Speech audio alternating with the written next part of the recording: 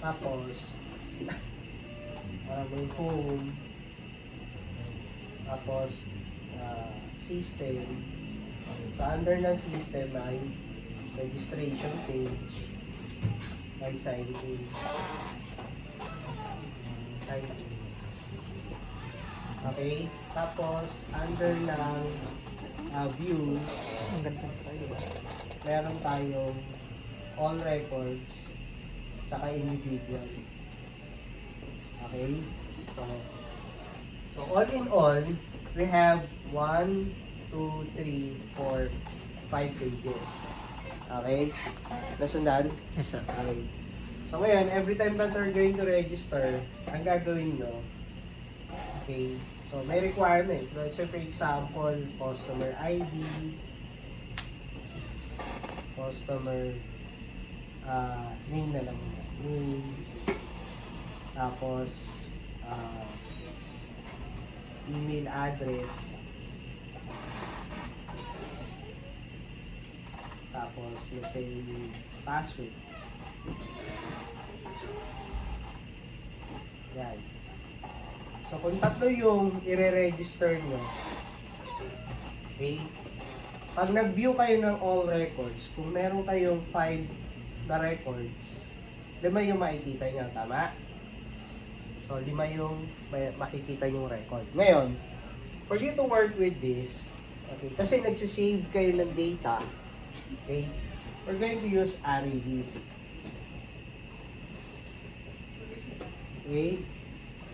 So array list is a collection of data that you could use that contains object as an element, no?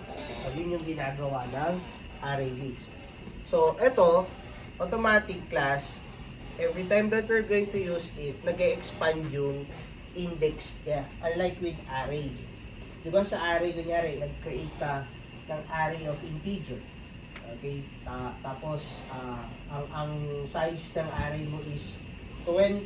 So, meaning 20 array of integers lang or integers lang ang pwede mong i-accept.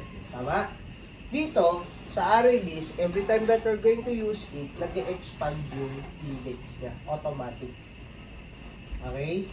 So, depende yan. Nag-expand dun sa input mo. Okay. So, kung tatlo yung imo-monitor natin or i-input natin, so, tatlong array list din yung kailangan natin. Okay? So, imagine, class, this is your, parang ang array list mo is a container. So, kung tatlo mag-handle ng bawat entry. Okay, kunyari, ito yung customer name, Email. tapos ito yung email address, ito yung password. Okay? So, every time na merong isi-save si user, na-occupy yung bawat index. Kunyari, index 0. Nag-input ka. So, lahat ng index 0 ma-occupy. Nakuha? So, meaning, if you're going to get the index 0, yun yung unang record. Nakuha? Nag-gets nyo? Okay, may kanya-kanya silang lagayan. Okay? So, pag nag-define naman ng array list, ang kailangan nyo is to include using system.collections. Ito yung kailangan nyo, class, for you to use array list. Okay? Now, sa array list declaration naman, if you're going to create an object with array list, okay, type nyo lang array list, tapos yung object name, so for example, customer name, lagay nyo, customer name equal to new array list. Okay? Yan. So, pag mag-a-add kayo ng data, papasok dito, kunyari, lalagay nyo yung index 0, just simply use customer name dot add. I-add nyo lang. Tapos yung i-add nyo sa kanya. Okay? So, ganun lang kasimple. I-add nyo lang. Okay? There are a lot of methods that you could use in array list. Okay? So, meron pa yan, that contains, that contains, ibig sabihin, if your array list contains this object, parang search siya. Kunyari, you want to test. Okay? Kunyari, nagbigay ka ng value. If your array list contains this value, it returns true. So, boolean type yung nire-return niya, true or false naman. Okay? So, ganyan. Now, so, ang gagawin natin dito, since naglilipat tayo ng mga pages class, dapat, kunyari, nag-register ka 5 times. So, definitely, 5 yung record mo. Nakuha? Tapos, nag-view all records ka. So, magkaibang page yan. Tama? Okay. Hindi mo pwedeng i-session yan. Okay? Imagine ninyo, ilan yan? 5 times 3, 15 session. Hindi pwede yung ano. Tsaka nag-i-increment. Okay? So, ang gagawin nyo, class, is this. Yung array list nyo should be static variable. Gagawin natin siya static. Okay? So that, once you access it on a different page, tapos ginamit mo yung class, okay, it will retain its value. Okay? So, hindi siya iti-treat as a new object yung value niya. So, since naka-static siya. Okay? So, we're going to use a static variable. Okay. Now, for the view records class, gagamit naman tayo ng data grid view. Data grid view. Okay. So, sa data grid view class, okay, just look at your screen. Okay. Explain ko yung ano. Okay. So, ito yung home. Okay, registration. So, ito yung registration. So, let's say for example, kukuha tayo. Okay? So, lagyan ko lang ng password. Okay? So, gari, 1, 2, 3, 4, 5. That's the password. Okay? So, save natin. Tapos, register ulit tayo. So, let's say for example, okay, gold naman. Gold.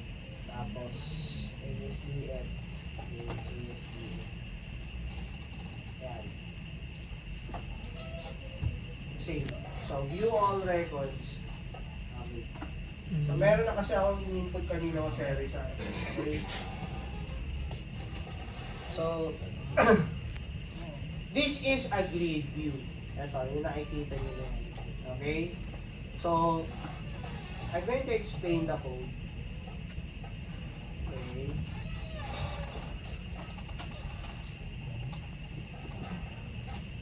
Okay, so view all records. So ito yan, just simply drag and drop yung galing sa data. Okay, galing sa data, papasok ito. Wala kayo grid view. Okay, sa grid view. Sir, naka-share screen din po sa kapatid. Sorry. Thank you po.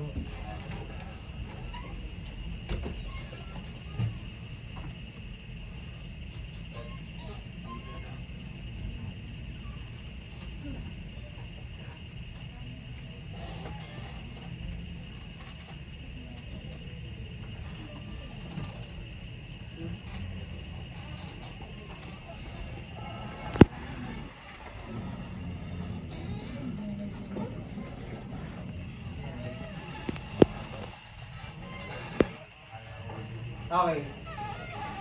It's a data grid view. Okay? So, sa data grid view class, for you to use that, gagamit ka ng using system dot data. Okay? Now, since we're just using an array list, okay?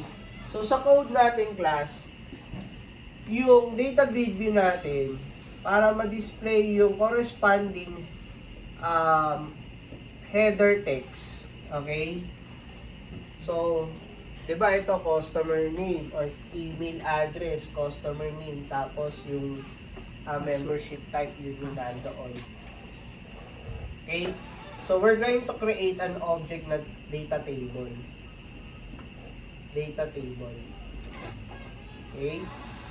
So, yung data table, siya yung mag-handle ng pag-a-add ng data galing dun sa array list mo. Okay? So, nag-umpisa tayo dito sa header text, tapos, yung row, yun yung laman ng array list mo. Nakawa? Okay. Explain mo muna yung class library. Okay, ito yung class library.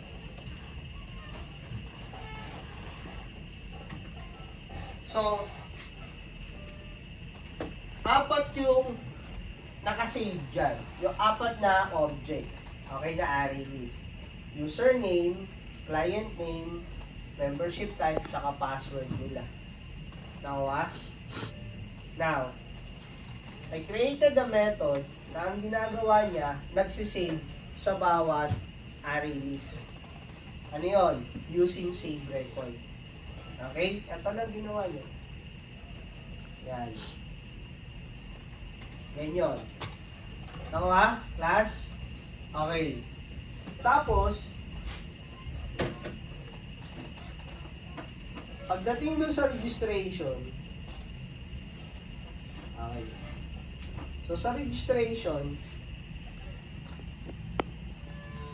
so, using array list, okay.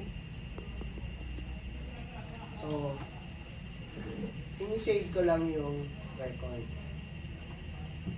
Okay? Okay? Sinisave ko lang siya. Okay. Doon naman sa view all records. Okay, view all records tayo. View all records. Okay. Ito yung view all records. Okay. So, nag-create ako ng object ng data table. Okay, so if not is post back, yung column ko class, ito yun. Yung object na data table, columns.add. Okay? So, tatlo yung i-display ko, tatlo yung na-create na column. So, email address, customer name, taka membership type. Oo Okay. Next, I use a for loop. Okay? Kailangan ko mag-for loop kasi hindi ko naman alam kung ilang records meron yung in-input ng user, tama? So, kung merong 4 na record, so mag-start ako sa index 0 hanggang dun sa last index. So, para mangyari yan, so for I equal to 0 until I less than or equal to data access. Bakit data access? Okay? Kasi nga, naka-static yung variable. So, ma-access nyo lang to using your class name, data access, that followed by yung property method nyo. Okay? So, since pare-parehas lang naman yung number of elements ng class, namili na lang ako kung kanino ko siya i-test. Okay? So, if you're going to read the code, so, for I equal to 0 until I less than or equal to data access that username that count. Okay? So, yung that count, so counts the number of elements dun sa array. So, minus 1. And then after nyan, I plus plus. Then inside your for loop, meron dyan dt, which is the object of your data table, that rows that add. Okay, ito na yon. Okay, that rows that add. So, lahat ng laman nito, okay, ilalagay ko rito. Okay, nasusundan. So, yung next record, separate it by comma lang. Kung makikita nyo dyan, class. Okay. So, data access client name of I that to string, comma, data access that membership type that to string, comma. Okay? Then semicolon. So, tatlo lang yung, lahat ng ilalagay mo dun sa record, just separate it by comma lang. And then last one, after ng loop, okay, yung grid view 1, which is your object, dun sa UI mo, that data source, okay, saan magagaling yung record nitong server side control mo? ang laman niyan manggagaling dun sa object ng data table. Kaya, grid view 1, that data source gets the value of DB. And then lastly, you need to bind the data. So, grid view 1, that data bind. Nakuha? Okay? So, yan. Papakita ko na rin yung paano ko tinrap yung record. Okay? So, dapat matapos nyo to ha. Halos ako na yung pinakita ko na code. Okay? So, I created a boolean type. Okay? Yung username at password for that one. So, okay. So, this one class, okay, kapag valid yung username at password, okay, so, kinuha ko yung index value, okay, so, naka-static din yung index value niya. So, that if I'm going to run it, okay, so, register tayo, let's say, yan. So, ang password ko, let's say for example, ASDF. User already. Ay, teka lang. Okay. So, capital. ASDF. Yan. So, save lang natin to. Register ulit tayo. Sabi natin sa chat. Save to. Okay. 1, 2, 3, 4, 5. 1, 2, 3, 4, 5. Save natin. Okay? Tapos view all records. So we have 2 sets of records. Mhm. Sign in tayo. Okay, ito natin si chat. Okay. 1, 2, 3, 4, 5. Okay. Try mo nga sir yung yung wala sa record sir. Sa sign in. Ha? Yung wala sa record na. Dati wala kang Ano yun? Eh di may nakaano sir. Tag dito, may error message. Siyempre, okay. gagawin yun. Okay. Gets. Okay. Okay, if we're going to look at the codes, okay, sign in lang natin guys.